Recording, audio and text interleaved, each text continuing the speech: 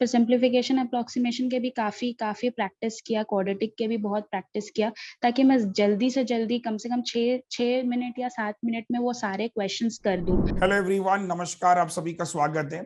और आज हमारे बीच में जो मौजूद हैं वो मौजूद हैं एक ऐसी शख्सियत जिनका भी हाल ही में सिलेक्शन हुआ है आईबीपीएस क्लर्क में। तो स्वागत है मैडम आपका। सबसे पहले आप अपना नाम बताइए, कहाँ से आप हैं और कौन से बैंक में आपका सिलेक्शन हुआ है, वो जरा बताइए। Thank you sir. सर मेरा नाम माजुली सिंह है और मैं ओके। राउरकेला उड़ीसा से हूँ और हाल ही में मेरा selection Indian bank IBPS clerk के थ्रू हुआ है। ओके। तो अभी आपसे मेरा पहला सवाल ये है कि आप कब से तैयारी कर रहे थे बैंक एग्जाम्स की और कौन से अटेम्प्ट में आपको ये मतलब सफलता मिली है? सर मैं 2019 के एंड से मैंने स्टार्ट किया था और ओके। सीरियसली मैंने 2020 से एग्ज़ाम देना चालू किया। जब से कोविड स्टार्ट हुआ था तो इनिशियली कोविड के टाइम में थोड़ा पढ़ाई इधर-उधर हो गया था। मैं भी ओके। उतने अच्छे से मतलब फ़ोकस नहीं कर पाई, थोड़ा कैरिड अवे हो गई थी मैं भी। ओके। ओके। बट 2020 से मेरा सारा प्रीलिम्स क्लियर हो रहा था। बट 20 में आईबीपीएस क्लर्क भी प्रीलिम्स और मेंस मैंने दोनों दिया था, लेकिन 2 मार्क्स की वजह से मेरा आईबीपीएस क्लर्क नहीं हो पाया था और ओके। फाइनली 2021 वाले एग्ज़ाम में जो अभी मैंने जनवरी 25th को मेंस दिया था, उसमें मेरा सर सिलेक्शन हुआ है अभी इंडियन बैंक में।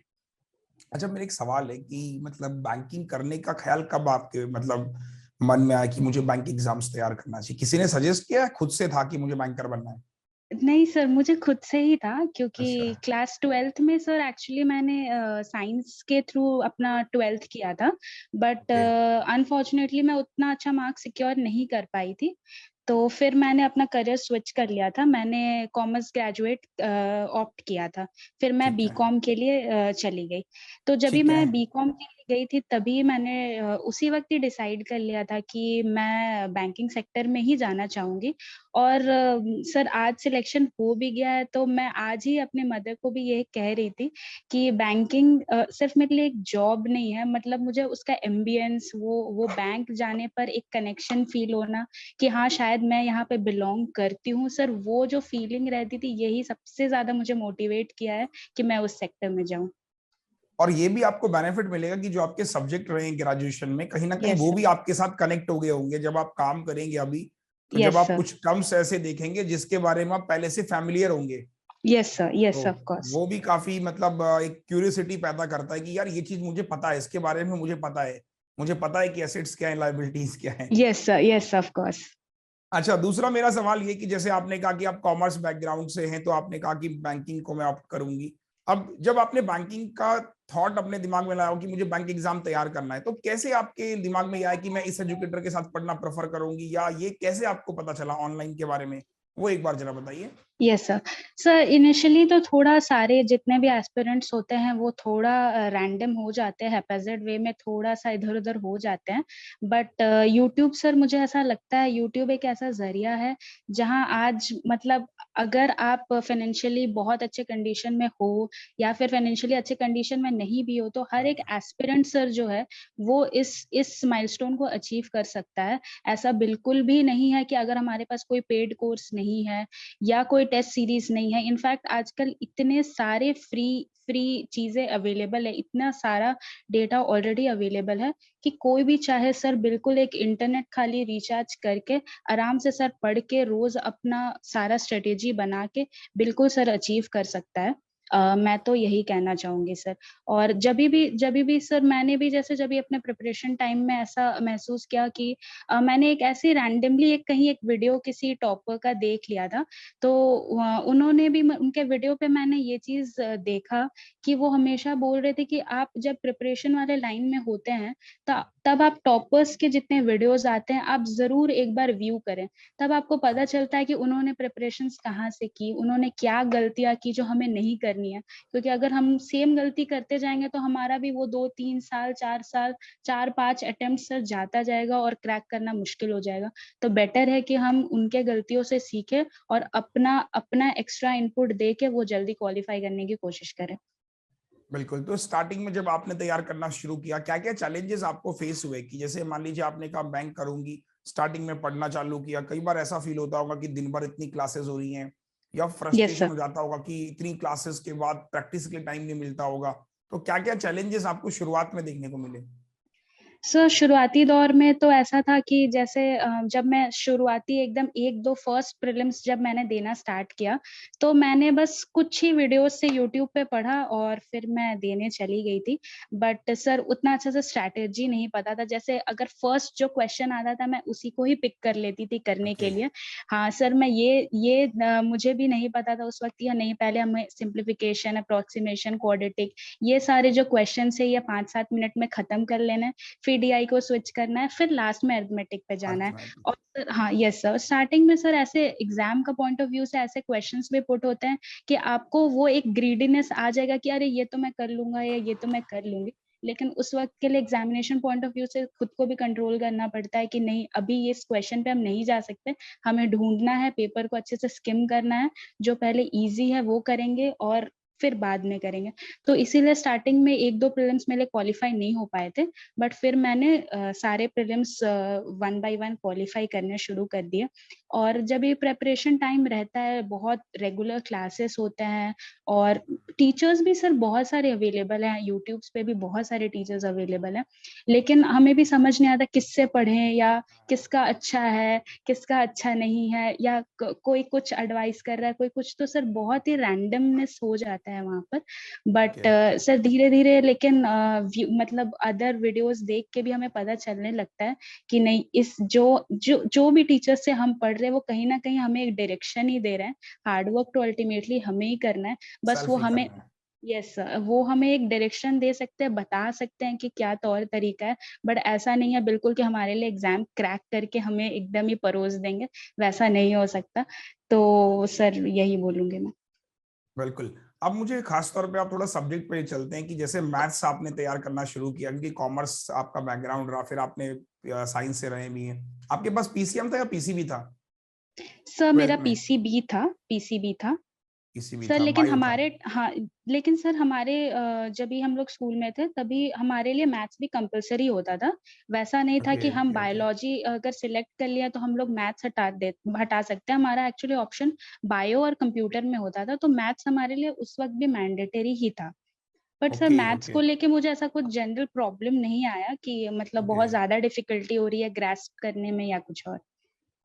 तो मैथ्स में क्या स्ट्रेटजी रही आपकी? मतलब जैसे आपने बताया कि मतलब जब पढ़ा होगा अरिथमेटिक, तो ऐसा लग रहा होगा कि यार हो ही नहीं रहा, कौन से टॉपिक छोड़ूँ, कौन से करूँ? बहुत कन्फ्यूज़न हुआ होगा, तो क्या मतलब स्ट्रेटजी थी? एक बार ज़रा बताइए। स्ट्रैटेजी तो सर जैसे सबकी होती है वैसे ही थी कि पहले वही परसेंटेज से मैंने स्टार्ट किया। ठीक है, परसेंटेज को fractional value to percentage conversion, वो सबसे पहले मैंने सीखा। ठीक और है। उसके बाद रेशियो प्रोपोर्शन पे गई। और जो ईज़ी टॉपिक्स थे, जो बेसिक टॉपिक्स थे, पहले मैंने उसको कवर करने का कोशिश किया। फिर सिम्प्लिफिकेशन, अप्रॉक्सिमेशन के भी काफ़ी काफ़ी प्रैक्टिस किया, क्वाड्रेटिक के भी बहुत प्रैक्टिस किया, ताकि मैं जल्दी से जल्दी कम से कम 6 मिनट या 7 मिनट में वो सारे क्वेश्चंस कर दूँ, ताकि मुझे अरिथमेटिक सोचने का काफ़ी ज़्यादा टाइम मिले। बिल्कुल, और उसके बाद सर डीआई प्रिपरेशंस भी सर साथ-साथ उसी तरह परसेंटेज के हेल्प से ही, डीआई तो आधा परसेंटेज बेस्ड ही होता है। खाली आपको बिल्कुल, वो सेंटेंस को समझना पड़ता है कि वो सेंटेंस हमें, कभी-कभी सेंटेंस थोड़ा घुमा के दे देता है, तो वो थोड़ा समझना पड़ता है। और सर रही रही अरिथमेटिक की बात, तो अरिथमेटिक में एक्चुअली 1 बाय 1 चैप्टर्स जितने सारे होते हैं, चाहे टाइम एंड डिस्टेंस होते हैं, time and work, probability, permutation, combination, mensuration, जितने भी फॉलो अप करते हैं चैप्टर्स, सर उसको तो 1 बाय 1 हमें बेसिक से पढ़ना ही पड़ता है। ऐसा नहीं है कि कोई भी चैप्टर अगर हम स्किप कर देते हैं तो हम हमें एग्ज़ाम में थोड़ी ईज़ी हो जाएगी। प्रीलिम्स सर हम क्वालीफाई कर सकते हैं ऑफ कोर्स, लेकिन मेंस बिल्कुल ही क्वालीफाई नहीं कर बिल्कुल। पाएँगे। Only on basis of simplification, approximation and जितने ये स्पीड मैथ्स हैं, उनके बेसिस पे तो सर क्वालीफाई करना मुश्किल है, क्योंकि मेंस में अल्टीमेटली तो प्रीलिम्स क्वालीफाई करके हमें जॉब नहीं मिलने वाला है। मेंस क्वालीफाई करना है एंड अगर पीओ है तो इंटरव्यू भी क्वालीफाई करना है। तो सर मेंस के लिए बहुत ही ज़्यादा नेसेसरी हो जाता है कि हम बेसिक कॉन्सेप्ट को बिल्कुल ही अच्छे से समझें अरिथमेटिक की। और मेंस में कोई हड़बड़ी भी नहीं होती है, टाइम भी काफ़ी होता है। अगर हम कुछ क्वेश्चंस 25-26 क्वेश्चन भी एक्यूरेसी से कर देते हैं, तो हमारा स्कोर एक बहुत ही अच्छे लेवल तक पहुँच जाता है। तो सर अरिथमेटिक में जब भी मैंने पढ़ना स्टार्ट किया तो मैंने भी वैसे ही पहला जो इजी टॉपिक्स मुझे लगे वो मैंने पहले उठाया। इनिशियली मुझे टाइम एंड वर्क में पता नहीं सर सबके होते थे, बट मुझे बहुत प्रॉब्लम होती थी टाइम एंड वर्क में। टाइम एंड वर्क अगर मेंस के क्वेश्चंस आ जाते थे तो मैं पहले ही क्वेश्चन देख के डर जाती थी, मैं पहले ही सोच लेती थी कि टाइम एंड वर्क मुझे ये नहीं आता। बट धीरे धीरे वो भी चीज इम्प्रूव होती चली गई। और अगर मुझे एग्जाम में दिख जाए, क्योंकि एग्जाम में सर हम पहले से कुछ सोच के नहीं जा सकते हैं कि अगर हमें टाइम एंड वर्क नहीं आता है तो हम छोड़ देते हैं, बिल्कुल नहीं करेंगे। हो सकता है एग्जाम में टाइम एंड वर्क का बहुत ही एक सिंपल क्वेश्चन आ जाए और हम बोर्ड्स एंड स्ट्रीम जो जिसमें हम बहुत माहिर है अगर हम वो पढ़ के गए हैं और बोर्ड्स एंड स्ट्रीम का कोई बहुत ही लेंदी क्वेश्चन आ जाए और हम क्वेश्चन ईगो पे ले लेते हैं और उसको अटेम्प्ट करना स्टार्ट कर देते हैं, तो सर वहाँ हमारा टाइम लॉस होता है। बिल्कुल भी हमें क्वेश्चंस को ईगो पे नहीं लेना है। जैसा जैसा क्वेश्चन आते जा रहा है हमें बिल्कुल पहले इजी क्वेश्चंस उठाने हैं और उसके साथ टाइम अपना बचाना है, फिर फॉलो अप करना है जितना, फिर टफ क्वेश्चंस के लिए टाइम बचेंगे तो उनको अटेम्प्ट करना है। और रीजनिंग में क्या स्ट्रैटेजी रही? रीजनिंग में पजल और मेंस की पजल, कैसे आपने रीजनिंग को टैकल किया? सर मेंस पहले तो प्रीलिम्स के लिए सर मैंने तो एवीपी टीम को ही सबसे ज्यादा फॉलो किया है सर, हमेशा से स्टार्टिंग से ही सर। सर आपको, पुनीत सर को प्लस विशाल सर को और अभिजीत सर को भी बहुत फॉलो किया है। सर पुनीत सर का जो जितने सारे उनके सीरीज चलते थे 45 डेज के 30 डेज के, मैंने प्रीलिम्स के लिए तो बिल्कुल ही सबसे ज्यादा वही ऑप्ट किया था। और जब मेंस की बारी है सर, जैसे पुनीत सर जब भी सिलॉग्स पढ़ाते हैं विदाउट डायग्राम वाले रहते हैं सर, या इनइक्वालिटी भी पढ़ाते हैं कि बिल्कुल हम क्वेश्चंस देखते हैं, देखने के बाद उससे बिना पेन एंड पेपर के ही सर बोलते हैं हमेशा उसको सॉल्व करने के लिए। बिल्कुल। तो और सर मेंस के लिए भी जनरली मैंने क्या किया, सर से खाली मैंने अप्रोच सीखा, जो सर क्वेश्चंस करा रहे हैं कि सर से मैं अप्रोच सीखूं और उसी टाइप के ज्यादा से ज्यादा क्वेश्चन मैं प्रैक्टिस करूं, ताकि सर ऐसा तो नहीं है कि बिल्कुल भी जो क्वेश्चन सर करा रहे हैं या जो क्वेश्चन हम घर से करके जा रहे हैं वही एग्जाम में आने वाला है। उसी उसी हमारा ब्रेनस्टॉर्म इतना ज्यादा हो जाता है कि उस वक्त हम जाके एग्जाम में ऑटोमेटिकली हमारा ब्रेन एक्सरसाइज होने लग जाता है प्रैक्टिस के वजह से। तो सर मैंने पुनीत सर से अप्रोच सीखा, अप्रोच सीखने के बाद उसको अब मीन्स के क्वेश्चंस बहुत सारे प्रैक्टिस किए और यही मेरी रीजनिंग की स्ट्रैटेजी थी। और जीए, जीए पे मैं थोड़ा सा आपसे बात करूंगा कि जीए बच्चे बोलते हैं कि सर मतलब समझ नहीं आता कि कैसे पढ़े, मतलब डेली बेसिस पे पढ़े या फिर किस एजुकेटर से पढ़े। मतलब जीए पे आपका क्या, आपको भी लगा होगा एक टाइम पे कि यार समझ ही नहीं आ रहा क्या पढूं? यस सर, सर शुरुआती दिनों में जब मेरे प्रीलिम्स क्वालिफाई हो गए थे तो मैंने मेंस दिया, तो सर मैंने भी जीए इतने अच्छे से तो नहीं पढ़ा था, मैं ऑनेस्टली बोलूंगी। मैंने भी ऊपर ऊपर ही पढ़ा था, एक दो महीने के मैंने कहीं से जो पीडीएफ मुझे मिलते थे वो मैंने एक दो महीने के लास्ट उठाए थे और मैंने ऊपर ऊपर पढ़ा था। मुश्किल से सर मैं 5 या 6 क्वेश्चन ही करेक्ट कर पाई होंगी, उससे ज्यादा मैं नहीं अटेम्प्ट कर पाई थी, क्योंकि मैं श्योर नहीं थी, क्योंकि मैंने इतना डीप स्टडी किया ही नहीं था। फिर मुझे सर रियलाइज हो गया था ये चीज कि ऐसे ऊपर ऊपर पढ़ने से तो काम नहीं काम बनेगा। नहीं होने वाला। हाँ नहीं सर, फिर मैंने एक और चांस लिया कि मैंने फिर मंथली पीडीएफ्स पढ़ना स्टार्ट किया कि अब मैं मंथली लास्ट 3-4 मंथ्स के पीडीएफ्स पढ़ लेती हूँ और इससे तो क्वेश्चन बहुत सारे आ ही जाएंगे। तो सर फिर भी वो स्ट्रैटेजी भी मुझे उतनी ज्यादा हेल्प नहीं की, ठीक है। वो भी मतलब उसमें भी मैं थोड़े फंस गई, मेरे अटेम्प्ट्स फिर भी 12-13 से ज्यादा, तभी सर मुझे रियलाइज हो गया था कि ये जीए को मुझे डेली बेसिस पर ही करना पड़ेगा। अगर मैं डेली बेसिस पे सर नहीं करूंगी तो मैं कभी भी वो डीप नहीं जा पाऊंगी। और सर लास्ट के जो 10-12 दिन होते हैं, क्योंकि मेंस का प्रीलिम्स का रिजल्ट और मेंस में हमें ज्यादा गैप नहीं मिलता है, मुश्किल से 10 से 12 दिन, सर कभी कभी तो 8 दिन भी गैप मिला है, इतना कम गैप में भी हमने मेंस दिया है। तो सर इस उस टाइम में मुझे सर ये चीज समझ आ गई थी बिल्कुल कि जीए के लिए मुझे डेली जरूर ही करना पड़ेगा। अगर मैं डेली नहीं करती हूँ तो नहीं हो पाएगा, क्योंकि सर डेली बेसिस पे मैक्सिमम हमें 35 to 40 क्वेश्चंस रोज के लर्न करने पड़ते हैं। बट वही अगर हम साल भर 6 महीना करते रह जाए तो हमारा बहुत ज्यादा स्टॉक हो जाता है, जो अल्टीमेटली हम लोग लास्ट के 10 दिनों में वही चीज ही प्रिपेयर करते हैं। तो क्यों ना पहले से ही हम वो चीज को कर ले और बाद में उसको वीकली, जैसे अगर मैं डेली बेसिस पे करती थी तो जब मैं एक वीक का मैंने कर लिया होता था तो फिर मैं उसको 1 वीक का रिवाइज करती थी। फिर जब मैं सेकेंड वीक का करती थी तो मैं previous week plus the current week दोनों को रिवाइज करती थी। इस बेसिस ओके। पे सर चल रहा, और जैसे एग्जाम्स आता था तो सर वो थोड़ा थोड़ा क्वेश्चंस तो दिमाग से निकल जाता था, बट रिवाइज करने के बाद वो सर दिमाग में फिर से वापस आ जाता था। तब जाके थोड़े जीए के अटेम्प्ट्स मेरे काफी इम्प्रूव हो गए थे, और जैसे एक दो क्वेश्चंस गलत होके मेरे अच्छे मार्क्स आ जाते थे। ठीक है। यस अच्छा, सर। कोई ऐसा इंसिडेंट जिसने आपको मतलब काफी मतलब इंस्पायर किया हो, कि मतलब कोई ऐसा इंसिडेंट आप शेयर करना चाहेंगे जिससे आपको लगा हो कि यार ये इंसिडेंट नहीं होता तो शायद आज मैं यहाँ नहीं होती, कोई ऐसा कुछ? सर यस सर, सर ऐसे तो बहुत सारे इंसिडेंट्स होते अच्छा। हैं कि कभी ना कभी सर रियलाइज होता है कि हाँ नहीं मुझे वो चीज करनी ही करनी है, या वो चीज करना है हमेशा। सर एक्चुअली जैसे कि मेरे पापा नहीं है, मेरी मदर ही काम करती ओके। है। So okay. My mother works in Indian railway. तो सर एक्चुअली मेरे पापा नहीं है, तो मेरी मदर ही इंडियन रेलवेज में काम करती है। और मेरी एक छोटी बहन भी है जिसका पिछले साल ही फर्स्ट अप्रैल को तो हर साल रिजल्ट डिक्लेयर होता है। तो पिछले साल का सर जब 2021 का रिजल्ट आया तो मेरी छोटी बहन का जॉब हो गया था, बट बैंक प्राइवेट में ही? सेक्टर में। नहीं नहीं सर, प्राइवेट अच्छा, सेक्टर में। बैंक। अच्छा अच्छा। Yes sir. तो फिर फर्स्ट अप्रैल को सर मेरा भी रिजल्ट था, तो मैंने जब भी पिछले साल भी एग्जाम दिया था, बट मैं क्लर्क क्वालिफाई नहीं कर पाई थी। तो सर उसका अच्छा। रिजल्ट हो गया था और मेरा रिजल्ट नहीं हो पाया था। फर्स्ट सर मैं ओके। उसके लिए बहुत खुश थी, लेकिन सर वो हाँ। लोग बिलीव ही नहीं कर रहे थे। और फर्स्ट अप्रैल सर अप्रैल फूल्स भी रहता है, वो लोग बिलीव ही नहीं कर रहे थे कि मेरा रिजल्ट नहीं हुआ है। अच्छा। और सर पर डे की सर, जैसे मेरी मदर बहुत एक सिंगल पेरेंट है, तो बहुत ही ज्यादा सर हार्डशिप्स होते हैं कि रोज के बेसिस पे भी उनको बहुत कुछ फेस करना पड़ता है, सोशली भी और इस तरह से भी। तो सर वो सब जब भी मैं देखती थी तो हमेशा मुझे रियलाइज होता था कि मुझे कुछ मम्मी के लिए करना है।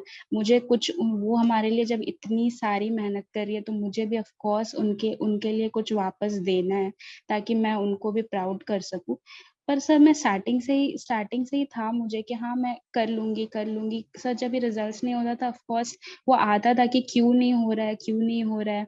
मैं हमेशा मतलब जो कर रहे हैं, जिनका रिजल्ट आ रहा है, वो ऐसा क्या कर रहे हैं जो मैं नहीं कर पा रही हूँ शायद, कि मेरा रिजल्ट नहीं हो रहा है। बट मेरी मदर हमेशा मुझे बोलती थी कि इनको तुम फेलियर्स के जैसा मत लो, ये बिल्कुल सेटबैक्स है, कभी ना कभी तुमको सक्सेस जरूर मिलेगा।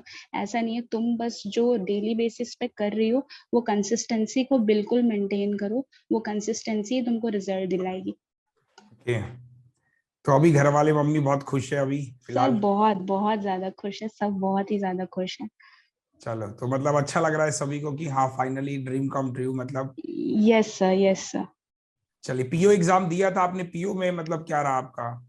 सर पीओ पीओ भी दिया था, एसबीआई पीओ भी दिया था, और आईबीपीएस पीओ दोनों ही मैंने दिया था सर। पर दोनों मेंस में ही मैं कट गई थी। जो okay. PO IBPS PO mains में मैं 1.75 से कट गई थी, ओहो। और एसबीआई पीओ से मैं सर 2 मार्क्स से कट गई थी सर। मेंस ही तो ओके। मैं इंटरव्यू देने का सर मुझे चांस नहीं मिला, बट ऑफ कोर्स मैं आगे जरूर ट्राई करूंगी कि बिल्कुल, मैं। आप तैयार करिएगा, मतलब इस साल आप आईबीपीएस, पीओ मेंस और बाकी के जितने भी पीओ एग्जाम्स हो सारे यस ट्राई सर, कीजिएगा। जो भी आपको हमारी जरूरत हो तैयार कंटेंट के लिए, बिल्कुल वी आर ऑलवेज रेडी।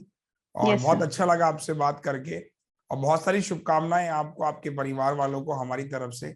और यस ऐसे सर। ही अब बस आप आगे बढ़ते रहिए और अपने सपनों को पूरा करिए। Thank you thank you so so much much. Sir. Thank you सो और मच कोई सर। मैसेज अगर आप देना चाहेंगे बच्चों को, जो बच्चे इस वीडियो को देख रहे होंगे, उनको कोई मैसेज यस आप? Sir, yes sir, of course मैं देना चाहूंगी। सर पहले जब भी मैंने प्रिपरेशन स्टार्ट किया था तो कॉम्पिटिटिव में सर बहुत सारे ऐसे बच्चे होते हैं जिनका बहुत जल्दी भी हो जाता है, फर्स्ट अटेम्प्ट में भी हो जाता है, कुछ 6 महीने में क्रैक कर लेते हैं। कुछ ऐसे भी है जिनको 5 साल, 6 साल, 7 साल भी लग जाता है। तो सर मैं यही, बहुत सारे अटेम्प्ट्स लग जाते हैं सर बस मैं यही कहना चाहूंगी कि मुझे हमेशा से लगता था कि जो थोड़े इंटेलिजेंट है वो ही इस एग्जाम को क्रैक कर सकते हैं सर। लेकिन मुझे बाद में ये चीज रियलाइज हुआ कि सर ये एग्जाम इंटेलिजेंस का है, बट सर उतना नहीं है। ये एग्जाम बिल्कुल कंसिस्टेंसी पर डिपेंड करता है। एग्जैक्टली। अगर मैं प्लान कर लेती हूँ कि ये 4 से 5 घंटे मुझे अपना ये टारगेट अचीव करना है, तो सर बस करना ही करना है। अगर वो चीज़ मैं कंप्लीट कर लेती हूँ, तो धीरे-धीरे मेरा ग्रोथ ऑटोमैटिकली हो जाता है। मेरा ब्रेन सबकॉन्शियसली वैसे प्रिपेयर हो जाता है कि मैं उस चीज़ को हमेशा अचीव कर ही लूँगी, या जो भी एस्पिरेंट प्रिपेयर कर रहा है। तो मैं यही चीज़ कहूँगी कि कंसिस्टेंसी को मेंटेन करना बहुत ही ज़्यादा इम्पोर्टेंट है। अभी 1 अप्रैल को भी सर ऐसे बहुत सारे बच्चे होंगे जिनका रिजल्ट नहीं हुआ होगा। तो सर वो गिव अप एटीट्यूड नहीं रखना है बिल्कुल कि मैं गिव अप कर दूँगा, क्योंकि हम बिल्कुल भी प्रेडिक्ट नहीं कर सकते कि मे बी 2022 या 2023 सर अपॉर्च्युनिटीज़ बहुत होते हैं। हमारे पास जब तक अटेम्प्ट है, एज है, हमें बिल्कुल ट्राई करते रहना है। और सर ऐसा हो ही नहीं सकता कि हम अपना 100% देंगे, 200% देंगे और हमारा सिलेक्शन ना हो। सर बिल्कुल होगा। सर भले उतने बड़े पोस्ट पे ना हो, बट सर कहीं न कहीं तो ज़रूर ही होगा। और उसके बाद हमें जब वो एक पॉइंट मिल जाएगा, तो हम आराम से वो चैनलाइज़ कर लेंगे कि अब हमें नेक्स्ट क्या करना है इससे भी ऊपर पहुँचने के लिए। तो मैं सारे एस्पिरेंट्स को यही बोलना चाहूँगी कि कंसिस्टेंसी को मेंटेन करें। बिल्कुल भी सोशल मीडिया या किसी चीज़ से प्रभावित ना हो कि ऐसा लगे कि अरे वो तो ये कर रहा है, मैं नहीं कर पा रहा हूँ या मैं नहीं कर पा रही हूँ। बिल्कुल अपने आप को, और सर ऐसा भी नहीं है कि बिल्कुल अपना सारा सोशल मीडिया बंद करके बैठ जाएँ, बिल्कुल यूज़ नहीं करें। बस मैं यही बोलूँगी कि अपना डेली टारगेट अचीव करें, वो कंसिस्टेंसी को मेंटेन करें और बिल्कुल एक पॉजिटिव एटीट्यूड रखें। और जो हमारे ट्यूटर्स बता रहे हैं, उनको आँख बंद करके फॉलो करें, क्योंकि वो बिल्कुल भी हमें ऐसा कोई भी चीज़ नहीं सिखाएँगे कि हम मिसगाइड हो या हम अपने एग्जैक्टली। टारगेट तक अचीव नहीं कर पाएँ। तो सर मैं यही बोलना चाहूँगी। चलिए, बहुत अच्छा लगा मौजूदा आपसे बात करके, and again once again all the best, और बहुत बहुत बधाई है आपको सबसे पहले तो। Thank and you.